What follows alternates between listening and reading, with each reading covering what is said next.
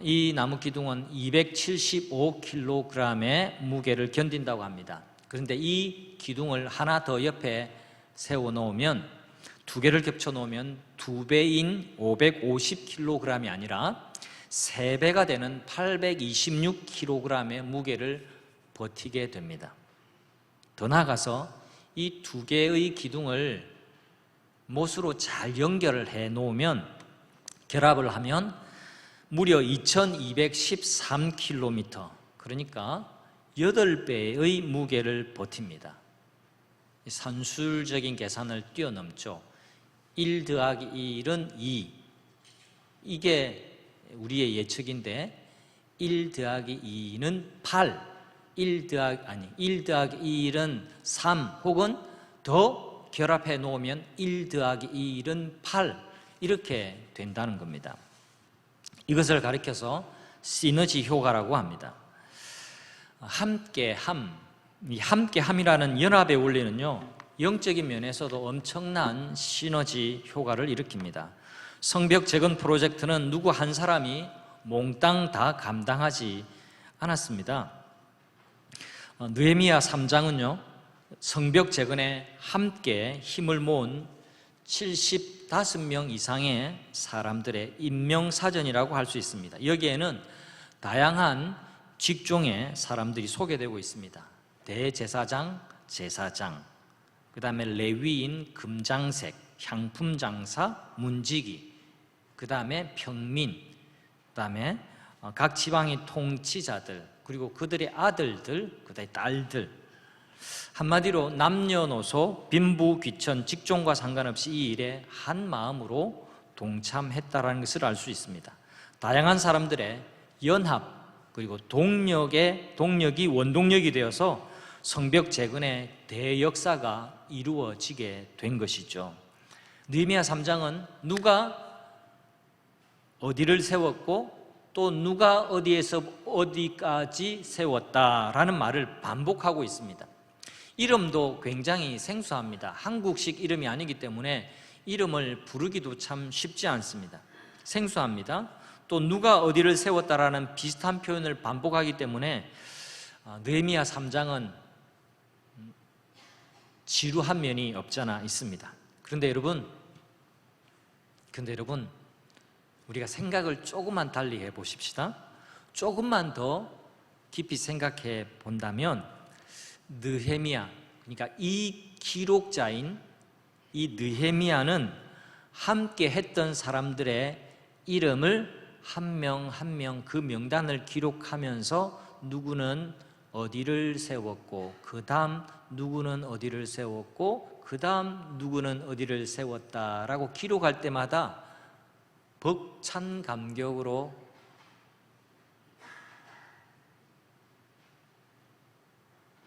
감동이 충만했을 것 같아요. 이루 말할 수 없는 감동에 젖어들었을 것이라고 생각할 수 있습니다. 여러분, 우리가 그냥 이 성경을 오래된 기록을 나중에 그냥 읽는다라는 이런 관점 말고요, 기록자의 관점, 그 다음에 경험자의 심정으로 이 성경을 읽어보시기를 바랍니다. 느헤미야의 성벽 재건 기록일지라고 할 수 있는 3장에서 오늘날 우리에게 주시는 하나님의 메시지가 있습니다. 말씀을 준비하면서 여러 가지를 생각을 하고 출발을 했는데, 말씀을 준비해가면 갈수록 그 내용이 많아가지고요, 오늘은 원 포인트 메시지 한 가지만 집중해서 여러분과 나누고 싶습니다. 여러분, 회복의 시작, 내가 감당할 때 우리 안에서도 가능하다라는 것을 느헤미야 3장은 우리에게 가르쳐 주고 있습니다. 느헤미야는요, 공사의 시작을 북쪽 문의 양문에서 시작합니다. 지금 계속해서 제가 일주일 넘게 느헤미야를 설교를 하고 있는데, 예루살렘을 가보지도 못하셨고 성벽을 보지도 못하셨으니까 이미지가 잘 그리지지 않을 겁니다. 제가 그래서 참고 자료를 여러분에게 좀 보여드리면, 이렇게 성벽이 이런 모양으로 이렇게 둘러싸여서 이렇게 성벽이 세워졌다라는 겁니다. 동서남북 방향이 정해졌고요. 위쪽이 북쪽입니다. 그래서 공사를 어디서부터 시작하느냐 하니까 북동쪽 끝에 있는 양문에서부터 시작해서 서쪽으로 가고 다시 남쪽으로 돌아와 동쪽으로 가서 다시 양문에서 공사를 완결했다. 1절은 양문에서 공사를 시작한 이야기를 기록하고 있고요. 오늘 왜 우리가 32절을 또 건너뛰어서 읽었냐 하니까 금장색 다른 사람들이, 그러니까 금세공업자들이죠. 이 사람들이 마지막으로 이제 양문, 이제 동쪽을 돌아와 가지고 양문에서 공사를 마쳤다라고 기록한 것이 32절의 내용입니다. 여러분, 느헤미야가 하필 양문에서 공사를 시작한 이유는 과연 무엇이었을까요? 다른 데도 많은데 왜 양문에서 시작을 했을까요? 북쪽 성벽이 완전히 무너지고 황폐되었기 때문에 북쪽 성벽부터 공사에 착수했을 수도 있습니다. 그러나 중요한 이유가 있습니다. 그 중요한 이유는 그 문이 양문이라는 것과 관련이 있습니다. 여러분, 양문은 양문형 냉장고, 그 양문이 아니에요. 양쪽 문이 아니라 이 양문은 ship of gate, 양의 문이라는 거죠. ship gate라는 게 ship gate. 양문은 예루살렘 성벽의 북동쪽에 위치하고 있었습니다. 양문 곁에는 베데스다 연못이 있었어요. 신약에 등장을 하죠. 이 베데스다 연못을 가리켜서 양의 연못이라 그렇게 부르기도 했습니다. 성전 제물로 바치기 위해서 준비한 양은 이제 바깥에 양들이 준비가 되어 있죠.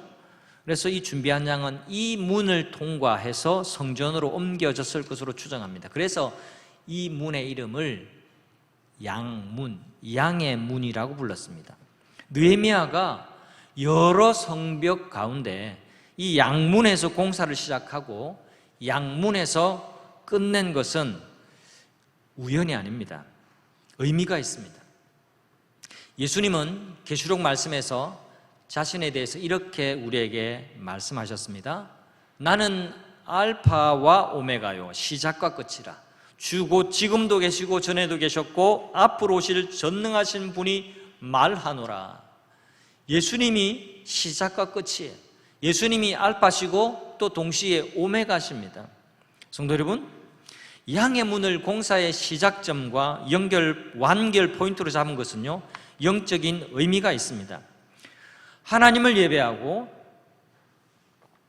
예수님을 경배하는 것이 우리 삶의 절대적인 우선순위이기 때문에 그렇습니다.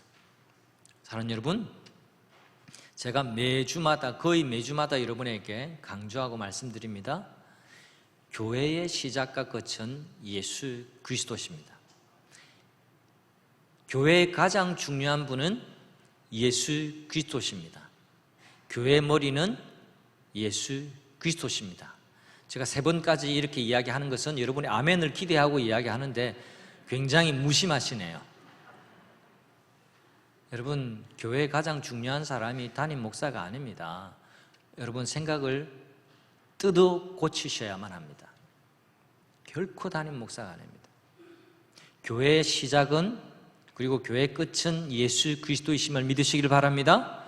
교회의 가장 중요한 분은 예수 그리스도이십니다. 교회가 가장 사랑하고 존경하고 경배해야 할 분은 다름 아닌 예수 그리스도이십니다. 예수님이 말씀하셔서 나는 알파와 오메가라, 시작과 끝이라. 전에도 있었고 이전에도 있었고 앞으로도 계실 분, 전능하신 분, 지금도 계시는 그 전능하신 분이 이렇게 말하노라. 지금도 계시고 전에도 계셨고 앞으로 함께 하실 예수 그리스도가 끊임없이 우리 교회에 말씀하시고 우리 교회를 통치하고 계심을 믿으시길 바랍니다. 성도 여러분, 양의 문을 공사의 시작점을 삼았다. 이것이 너무너무 중요합니다. 광야 생활을 하던 이스라엘 백성들을 한번 떠올려 보시길 바랍니다. 이들은 광야 어디를 가든지 하나님을 중심해서 살았습니다. 광야 생활이 텐트 생활인데요, 광야 어디를 가든 정착한 그곳에 먼저 하나님의 성막을 세웠습니다. 그리고 그 하나님의 성막을 중심으로 해서 동서남북 세 지파, 세 지파, 세 지파, 세 지파씩 성막을 둘러서 자기들의 생활 텐트를 쳤습니다. 무엇을 의미합니까? 아무런 의미가 없었던 게 아니에요. 굉장히 심오한 의미가 있습니다. 모든 일상의 삶에 하나님을 두고 산다라는 것입니다. 하나님을 빼놓으면 자기들의 삶이 세워지지 않는다라는 것을 그 진영의 텐트 배치도가 우리에게 알려주고 있는 겁니다. 성도 여러분, 하나님을 섬기고 사랑하는 것이 우리 삶의 최우선 순위여야 될 줄 믿습니다. 여러분 인생의 중심은 다른 것이 아니라 하나님이어야만 합니다. 여러분의 인생의 중심에 돈이 만약에 자리 잡고 있다면 여러분 수정하셔야 됩니다. 여러분 인생의 중심에 승진하고 자리를 차지하고 내가 좀 존경을 받는 그것이 여러분 인생의 중심을 자리 잡고 있다면 여러분 그것이 내 인생의 중심에 있는 것이 맞는가 하고 진지하게 되돌아보셔야 됩니다. 여러분 인생의 중심은 다른 것이 아니라 하나님이어야만 됩니다. 기억하시길 바랍니다. 신앙으로 고백하시기를 바랍니다. 그래야 우리의 삶에 질서가 잡히고 그래야 우리의 삶에 평강이 자리 잡을 수가 있습니다. 한 율법사가 예수님께 찾아와서 시험 삼아 이렇게 물었습니다. 예수님, 율법 중에 어느 계명이 제일 큽니까? 오늘날 우리식으로 말하면 예수님, 뭐가 제일 중요합니까? 뭘 1순위로 하고 그렇게 우리가 살아야 되죠? 이 질문하고 같습니다.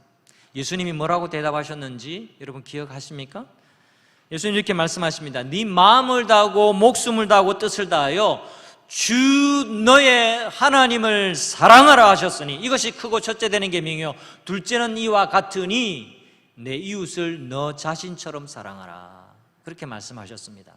예수님은요, 너 있잖아, 하늘이 두 쪽 나도 11조 해야 된다? 그게 제일 큰 계명이야. 너 있잖아, 몸이 피곤해도 봉사해야 돼. 봉사. 너 장로잖아, 너 권사잖아, 봉사해야지. 그게 제일 크고 첫째 되는 계명이야. 그렇게 말씀하지 않으셨어요. 내 마음을 다하고 목숨을 다하고 뜻을 다하여 주 너의 하나님을 사랑하라. 모든 시행세칙과 같은 모든 일반 계명의 가장 큰 정신을 담아서 주 너의 하나님을 사랑하라. 그것이 크고 첫째 되는 계명이라고 말씀하십니다. 여러분, 하나님을 사랑하지 않는 것, 또 하나님을 사랑하는 것을 담지 않은 11조, 하나님을 사랑하는 그 마음 없는 헌금 드리는 것, 그것 하나님 별로 기뻐하지 않으십니다. 하나님이 돈이 없어서 하나님 일을 하시지 못하는 분이 아니세요. 하나님 사랑하는 마음이 없는 교회 봉사 오래가지 못합니다. 그런 봉사 하나님께 칭찬받기 어려워요. 하나님을 사랑하는 것이 최우선이라는 사실을 기억하는 여러분 되시기를 바랍니다. 여러분 무슨 봉사를 하시든지 어떤 섬김을 하든지 여러분 하나님을 사랑하는 마음을 제일 우선으로 하고 그걸 담아서 살아가는 여러분 되시기를 간절히 바랍니다. 하나님을 사랑하는 삶에 실패하면 모든 일에 실패할 수밖에 없어요. 우리가 하나님을 사랑하는 삶을 살 때 인생의 질서가 잡히고 평강이 찾아옵니다. 그래서 시작은 예배부터입니다. 한번 따라해 주시죠. 시작은 예배부터. 네. 예배가 회복되는 이것부터 되어야 됩니다. 시작은 내면에 무너진 성벽을 세우는 일입니다. 이것부터 일어나야 됩니다. 여러분, 이 목사 오고 난 다음에 교회 몇 곳이 이곳저곳 좀 바뀌어졌다고 특별한 거 아니에요. 또 그랬다고 이 목사는 오자마자 고치는 걸 너무 좋아한다 이렇게 생각하지 않으시기를 바랍니다. 진짜 제가 관심 있는 건요, 여러분의 내면의 성벽이 세워지는 겁니다. 여러분의 무너진 영혼이 다시금 건강하게 재건되는 것이 필요합니다. 그게 제 열망이고 제 관심입니다. 근데 몇 가지 정리하는 이것은요, 그냥 외형적인 것에 불과해요. 저의 강조점은 거기에 있지 않습니다.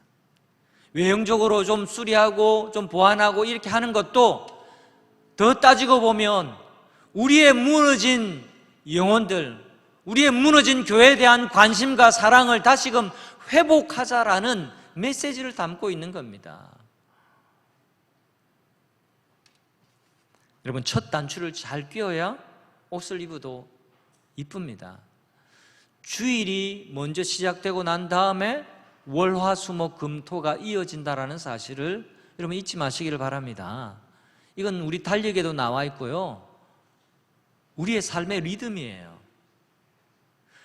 예배를 잘 드려야, 하나님과의 만남이 있어야 나머지 일주일의 삶도 사람과의 만남이 잘 이루어질 수 있고요, 하나님을 사랑하고 예배하는 이 일에 성공을 해야 여러분이 하는 일상의 삶, 여러분의 사업, 직장, 여러분의 경영하는 모든 것들이 열매 잘 맺을 수 있음을 기억하시기를 바랍니다.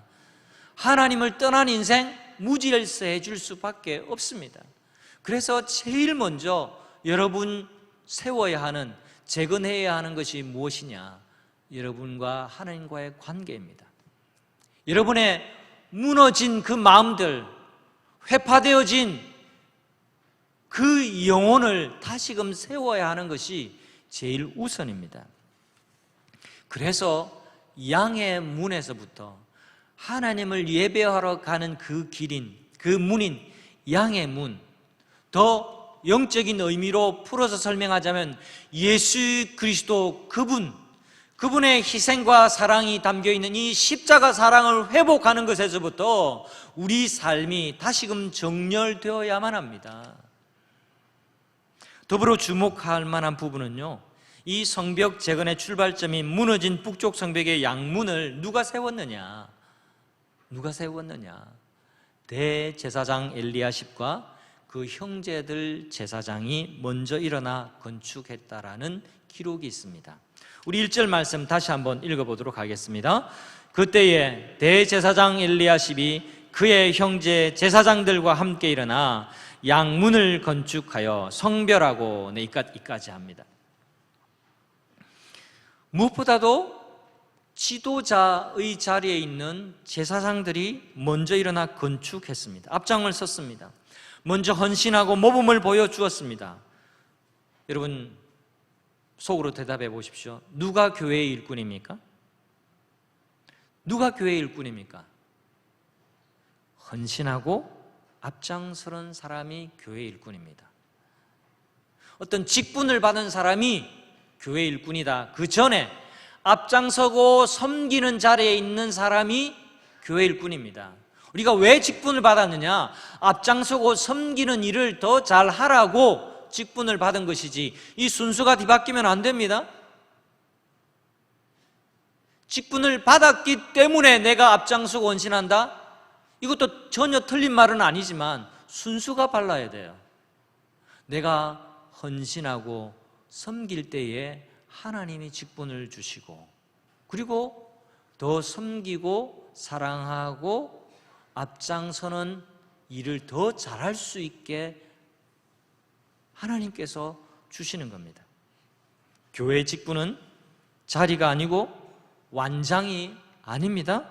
먼저 헌신한 자리고 섬기는 자리라는 것을 잊지 마시기를 바랍니다.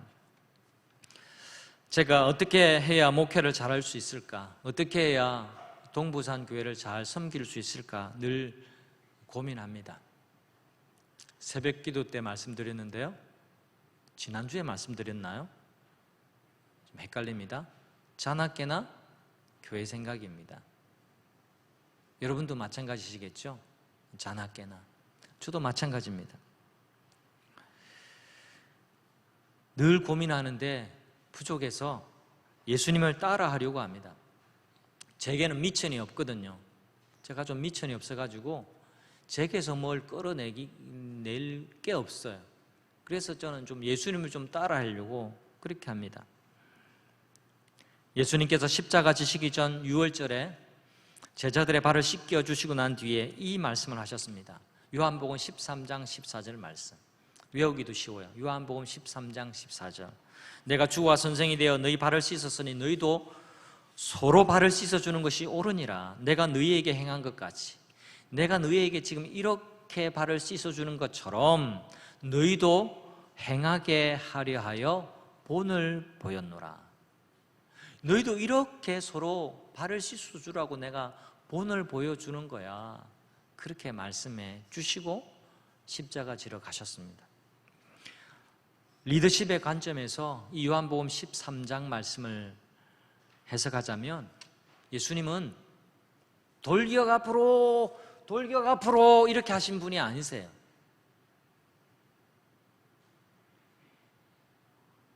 다른 사람은 앞세워서 총알바지로 만들고 자기는 뒤에서 입으로 막 다 하는 그런 지도자가 아니라는 겁니다. 예수님은 나를 따르라 하고 먼저 앞장서서 나아가셨습니다. 제가 확신 없는 것은 설교를 안 하려고 합니다. 제가 자신 없는 것은 성도님들에게 하라고 말씀할 수도 없을 뿐만 아니라 해서도 안 된다고 생각합니다. 그래서 설교 준비를 하면서 늘 저 자신을 되돌아봅니다. 설교를 준비하는 시간 내내 저는 저의 설교를 듣습니다. 여러분 오늘 설교를 처음 듣습니다만 저는 설교를 참 여러 번 듣고 이 강단에 섭니다. 일부 시간에 들었다 그게 아니라 저는 설교를 준비하면서 계속 이 설교를 듣거든요. 제가 이 설교와 무관한 사람이 아니기 때문에 그렇습니다.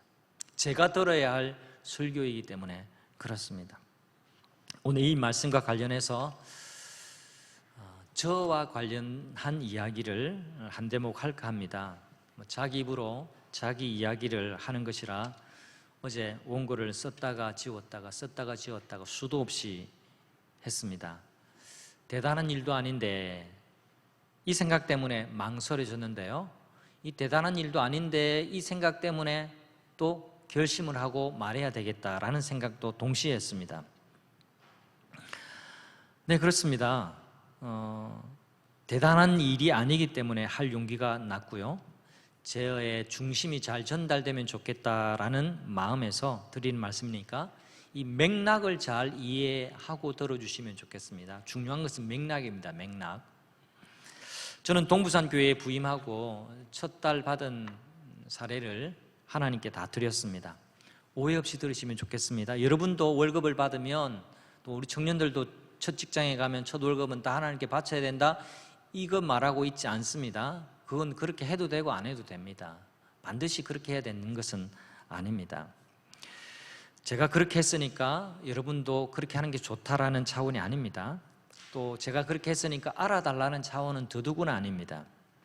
제가 부임 후 첫 달 사례를 드리는 의미는 이랬습니다. 저의 고백을 담아서 드렸거든요. 하나님, 이 목회는 저의 목회가 아닙니다. 하나님이 도와주시지 않으면 제가 목회가 안 됩니다. 이 사례는 목회비로 받는 거니까, 목회의 생활비로 받는 거니까 하나님 이거 다 받으시고 하나님이 책임지시고 하나님이 이 목회 꼭 도와주셔야 됩니다. 이 마음 가지고 하나님 앞에 드렸습니다. 저는 제 힘으로 목회를 안 하려고 마음은 먹었습니다. 때때로 막 제 인간적인 욕심과 생각이 불쑥 나오기는 하지만 그 중심과 고백으로 드렸다는 말입니다. 저는 실력이 별로 없고 능력도 없고 인품도 모자랍니다. 다만 예수님을 앞세우고 예수님이 하셨던 것처럼 영혼 사랑하는 그 뜨거운 마음을 좀 흉내내고 따라하고 본받아서 해보려고 하는 마음은 있습니다. 그래서 이 고백을 담아서 하나님, 제 목회를 도와주시고 하나님, 제 목회 책임져 주세요 하는 마음으로 헌금을 한 것뿐입니다. 두어 달 지켜보셔서 아시겠지만, 또 아셨겠지만, 또 앞으로도 아시겠지만 그리 탁월한 목사는 아닙니다. 하지만 정말 진실하게 목회를 하고자 하는 마음만큼은 놓치지 않으려고 합니다. 제가 그 마음을 담아서 하나님 앞에 예물 드렸습니다.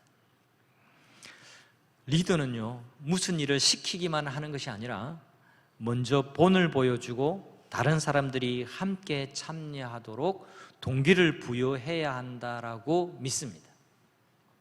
느헤미야의 리더십이 바로 그랬어요. 그는 페르시아 고위 관리로 편하게 살아갈 수 있는 사람이었습니다. 그는 이민 3세 정도 되는 사람이었습니다. 오히려 고국 예루살렘의 형편이 더 생소한 사람이었습니다. 그는 가만히 있었으면 대제국 페르시아의 왕궁에서 출세한 사람으로 높은 연봉을 받고 존경을 받고 인정을 받고 편안하게 살 수 있는 사람이었습니다.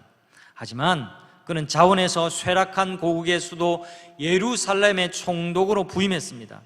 무슨 부귀영화를 바라서 그가 움직였던 것은 아닙니다. 오히려 자비를 들여서 이 먼 곳까지 왔습니다. 1400km나 떨어진 먼 타양, 아니 고향이지만 타양과도 같은 자기 고국으로 돌아왔습니다.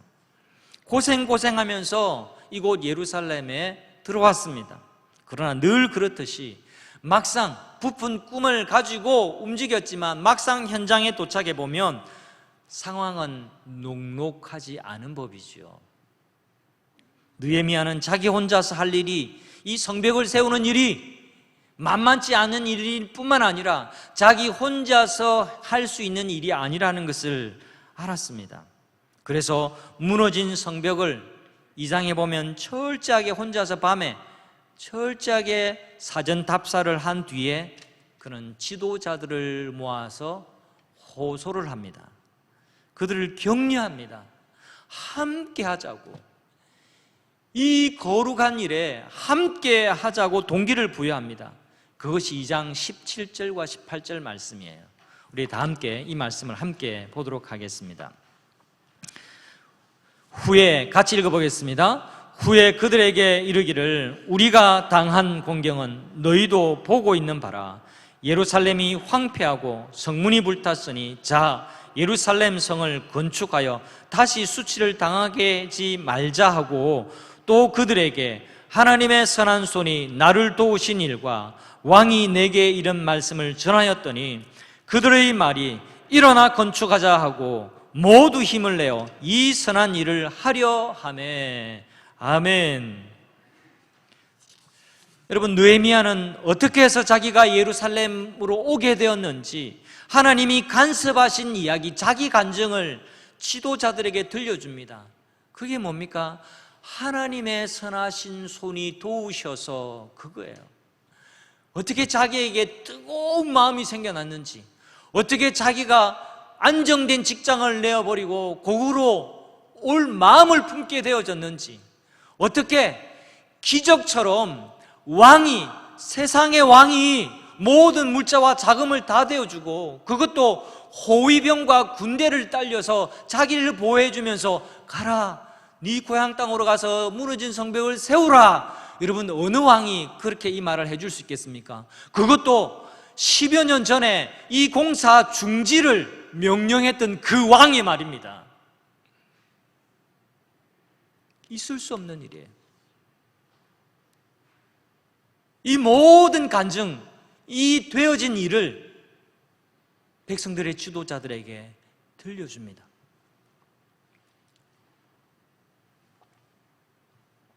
그러니까 지도자들이 뭐라고 바랍니까?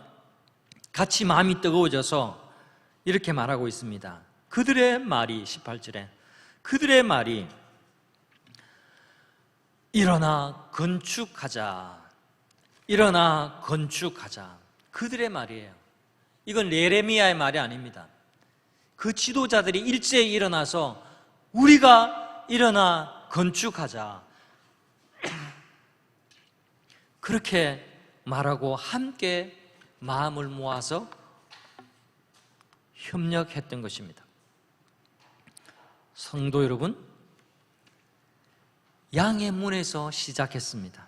놀랍게도 대제사장 지도자들이 앞장을 섰습니다. 여러분, 양문을 건축하는 지도자들을 누가 이끌고 있습니까? 느헤미야입니다. 느헤미야는 누가 이끌고 있습니까? 하나님이십니다.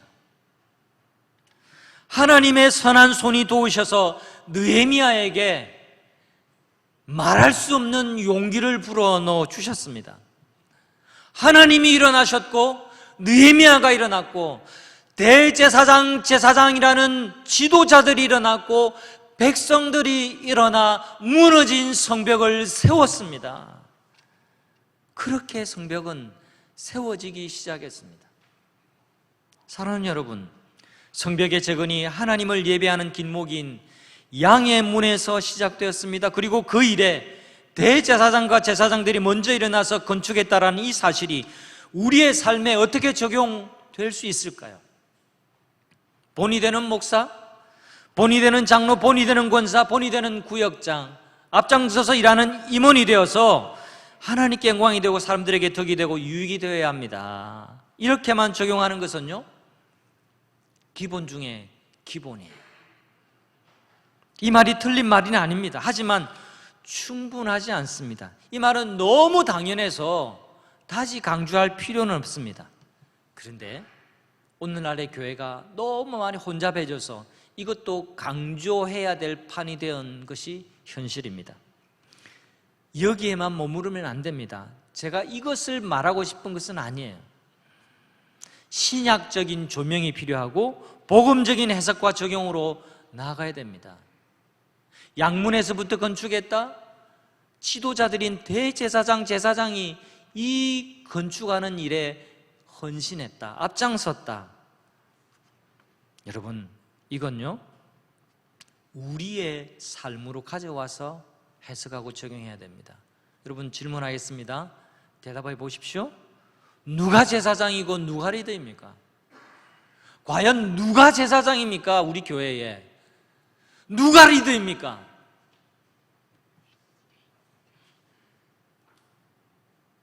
대답 안 하시려고 작정하셨습니까?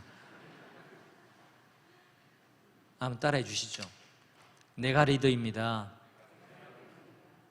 자신이 없으세요? 내가 리더라고 말하기가? 다시 자신감을 가지고 내가 리더입니다. 여러분, 앞장서서 일하는 사람이 리더예요. 리더와 직분자를 동일시 안 하셔도 됩니다. 보이지 않는 곳에서 헌신하고 봉사하는 사람이 리더입니다. 내가 리더예요. 여러분, 베드로전서 2장 9절 말씀, 너무나 유명한 말씀입니다. 너희는 택하신 족속의 왕같은 제사장들이요 거룩한 나라요 그의 소유된 백성이니 이는 너희를 어두운 데서 불러내어 그의 기이한 빛에 들어가게 하신 이의 덕을 선전하게 하려 함이라. 여러분, 이 성경구절 제가 여러 번 여러분에게 인용해 드립니다. 너희는 택하신 족속이요 뭐라고요? 왕같은 제사장이라. 너희가 누굽니까? 누굽니까? 대답해 보세요. 누굽니까 너희가? 우리, 바로 나. 택하신 족속이고 왕같은 제사장이래요. 왜 우리를 택하신 족속이고 왕같은 제사장으로 부르셨습니까?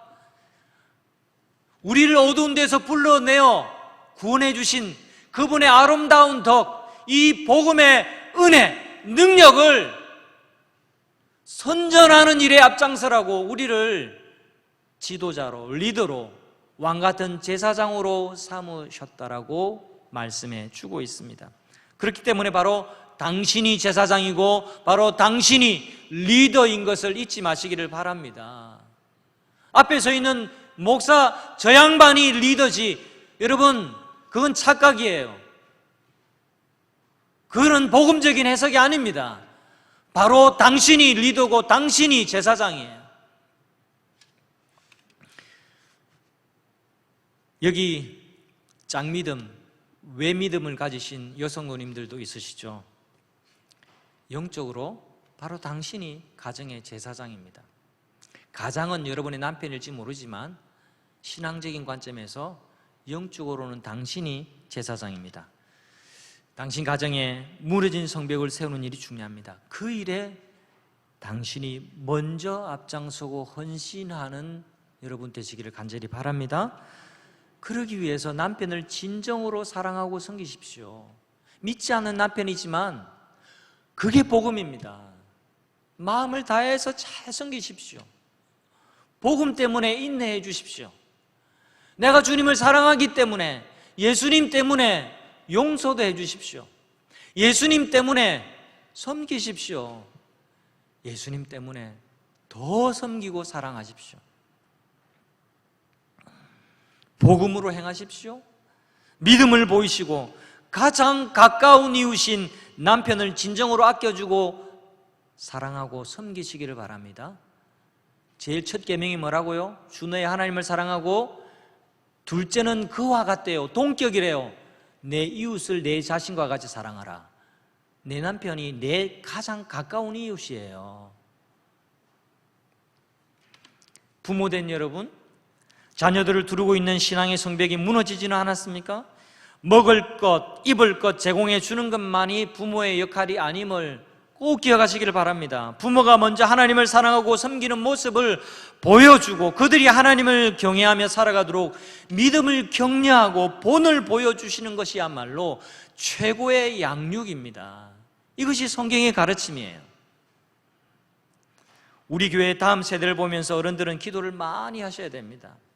부모된 여러분, 내가 자녀 좋은 데 시집 보내고 연봉 높은 데 취직시키는 것까지가 내 부모의 역할이라고 생각하면 오산입니다. 그건 믿지 않는 사람들도 가지는 자녀에 대한 기대예요. 믿는 부모들에게 하나님께서 기대하시는 게 뭘까요? 믿음의 대가 연이어가고 믿음의 가문으로 믿음이 전수가 되고 이들이 하나님의 나라를 세워가는 믿음의 다음 세대로 잘 양육하고 사랑하고 격려하고 세우는 것. 그래서 공부 좀 못한다고 뭘 하지 마세요. 사랑해 주십시오. 격려하십시오. 우리 자녀들의 세대는 공부 못한다고 성공 못하는 세대 아니에요. 공부 잘한다고 반드시 성공하는 세대가 아닙니다.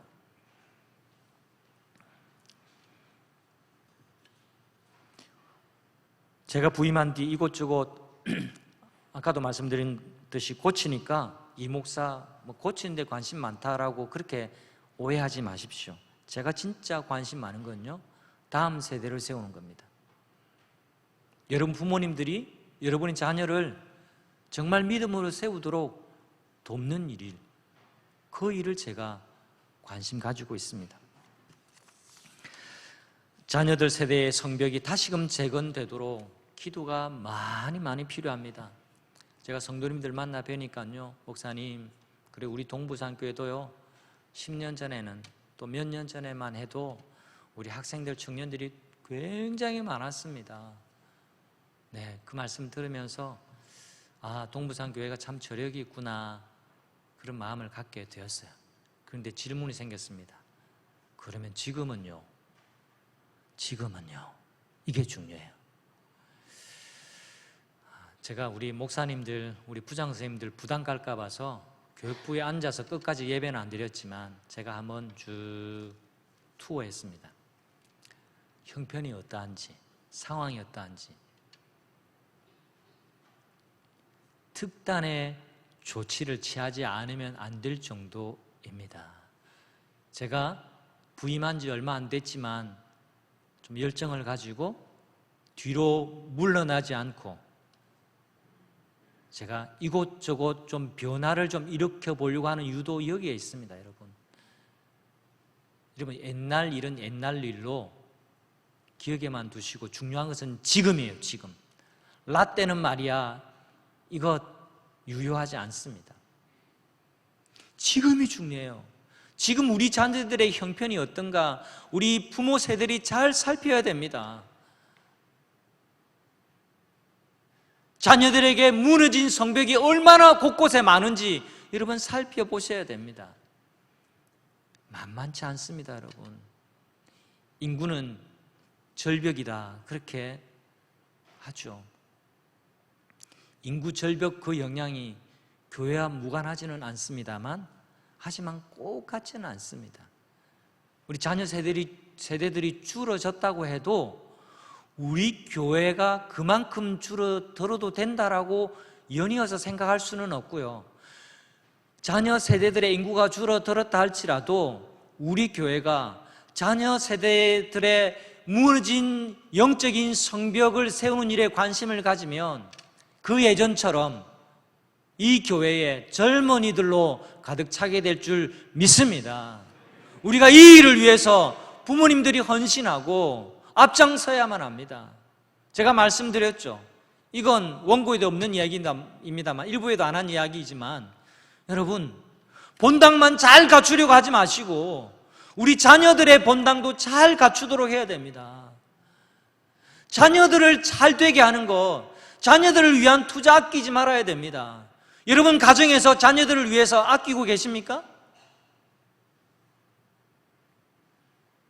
자녀들을 위한 헌신과 투자, 여러분 이것이 무너진 성벽이고 우리 부모들이, 우리 나이 많은 사람들이, 우리 어른들이 이건 놓치면 교회 아무리 잘 리모델링해도 아무 필요 없는 일입니다. 제가 왜 교회를 리모델링 하자라고 이야기하는 줄 아십니까? 자녀 세대들과 관련이 있기 때문에 그래요. 자녀들이 보고 누려야 하기 때문에 그렇습니다. 우리는 좀 오래된 거 써도 됩니다. 하지만 자녀들은요 달라요.